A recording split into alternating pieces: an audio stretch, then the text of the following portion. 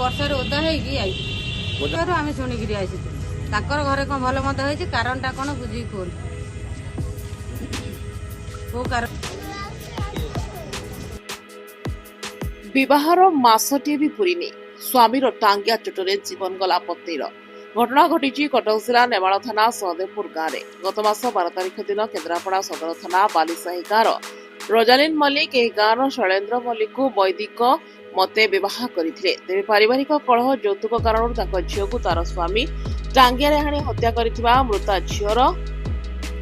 ମୃତ ଝିଅର ବାପା ଅଭିଯୋଗ କରିଥିବା ବେଳେ ସ୍ୱାମୀ ସ୍ତ୍ରୀଙ୍କ ଭିତରେ ଝଗଡା ହେତୁ ହିଁ ବଡ ଭାଇ ବିଳମ୍ବିତ ରାତିରେ ଭାଉଜକୁ ରାତିରେ ଟାଙ୍ଗିଆରେ ହାଣି ମାରିଦେଇଥିବା ଅଭିଯୁକ୍ତର ସାନ ଭାଇ କହିଛି। ହତ୍ୟା କରି ଅଭିଯୁକ୍ତ ସ୍ୱାମୀ ରାତାରାତି ଫେରାର ହୋଇଯାଇଥିବା ବେଳେ ନେମାଳ ପୋଲିସ ପହଞ୍ଚି ଅଧିକ ତଦନ୍ତ ଜାରି ରଖିଛି। କଟକରୁ ଶିଶୁକୃଷ୍ଣ ନନ୍ଦଙ୍କ ରିପୋର୍ଟ, ଜାଗୃତି ଲାଇଭ୍ ମିଡିଆ।